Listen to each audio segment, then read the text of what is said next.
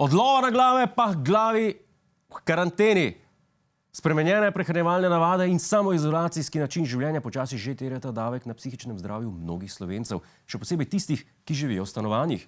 Eden takih je tudi naš korespondent Jan Krojcer, ki nam bo povedal, kaj počne, da se mu ne zmeša.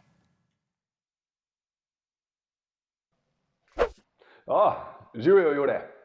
Veš kaj, spoznal sem, da mi med karanteno res ustreza početi določene stvari, za katere si nikoli ne bi mislil. Na novo sem odkril na primer namizne igre. Samne dvojke. Marš v kuhinjo po novem tudi pogosto zahajam.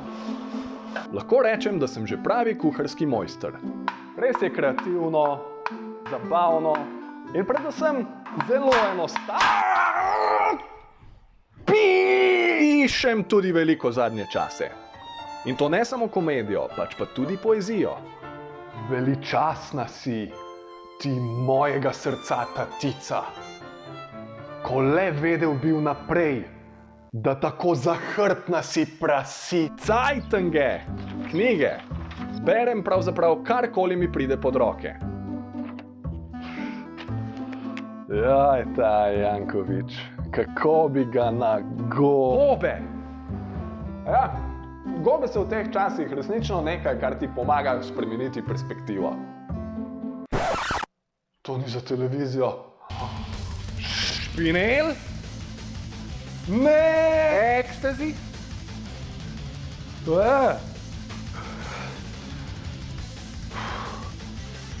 Jure, mislim, da naslednje par dni rabi mal drog.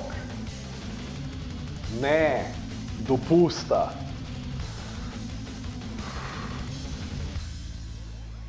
Se vidimo naslednjič. Hvala, Jan, in uživaj na dopustu.